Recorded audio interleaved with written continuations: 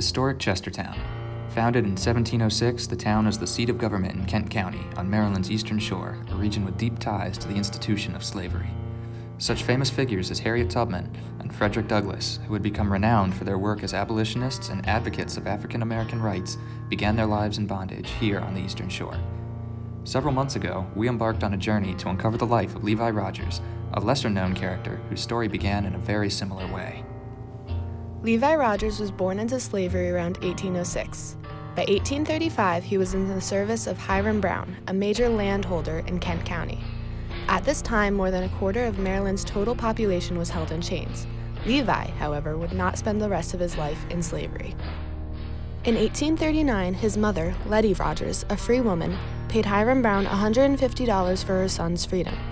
With his manumissions, Levi Rodgers took his first steps as one of the growing number of Maryland's free African Americans, the largest such community in the United States at the time.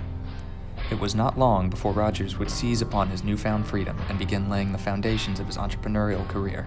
By 1841, just 2 years after his emancipation, a tax evaluation listed Rodgers' net worth as $330, a sum equal or greater to a large proportion of white residents in the county. That same year, he had earned enough money to purchase the freedom of his wife, Eliza. Financial records from the period indicate that by the mid-1840s, Rodgers was selling oysters and lime to prominent members of the Chestertown community, including James Alfred Pierce, a United States Senator. Oysters proved to be a lucrative commodity for Rodgers. In 1849, advertisements began to appear in the local Kent News for the Cape May Saloon, an establishment that was prepared to serve oysters in all the various ways to the gentlemen of the community.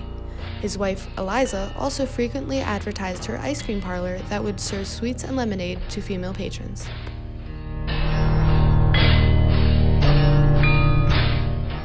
The following decade would see a further increase in Levi's fortunes. Land records show that by 1850 he had purchased a parcel of land and a house, and a year later he had erected a new building to house the Cape May Saloon.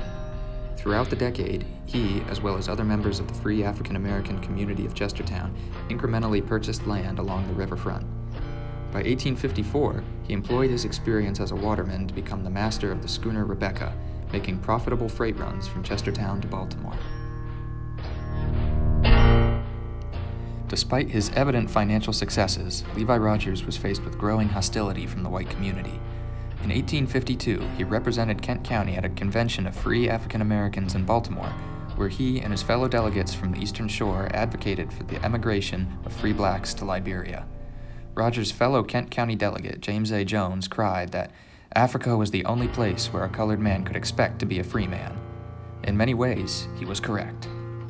Several bloody slave rebellions during the first half of the 19th century, including events such as the Haitian Revolution, Nat Turner's 1831 revolt in Virginia, and the seizure of the Amistad in 1839, produced great fear amongst the whites of slaveholding states, a fear that slowly eroded the already limited rights of free African American populations. Restrictions on the movements of free African Americans between states were increased.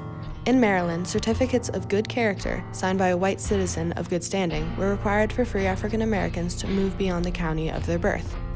Such certificates were also necessary for them to own firearms, dogs, or even to sell certain commodities. Restrictions like these made climbing the social ladder beyond a certain extent impossible for free African Americans in places like Kent County, especially for budding entrepreneurs like Levi Rodgers. One such controlling measure, the 1839 Act of Assembly, forbade any free African American from returning to Maryland after leaving the state unless otherwise accompanied by a white citizen of good standing.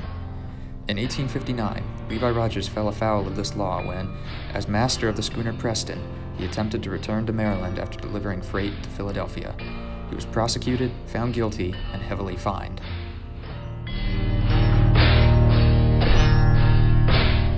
Soon after the incident in 1860, records show that Levi Rodgers had moved to Newcastle, Delaware, where he opened another restaurant. He had also begun to mortgage and sell off much of his land holdings in Kent County. Perhaps Levi had experienced backlash from the white community following his breach of the law. Maybe his success as a rising black businessman angered white citizens who saw him as a dangerous competitor. With the Civil War looming, free African Americans were also increasingly feared by whites as being sympathetic to and even willing to assist in the escapes of states' enslaved populations.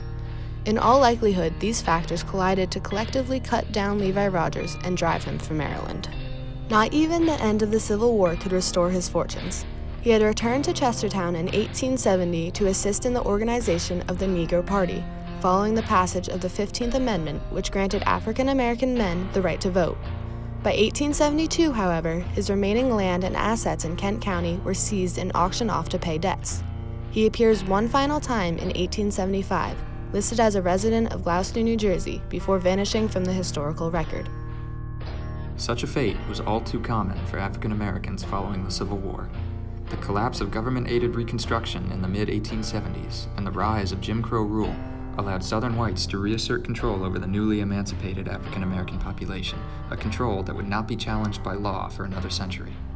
Freedoms, limited as they were, that had once been enjoyed by Levi Rodgers and that had allowed him to gain some semblance of economic independence, were dashed by the Civil War and the festering white resentments that came with it.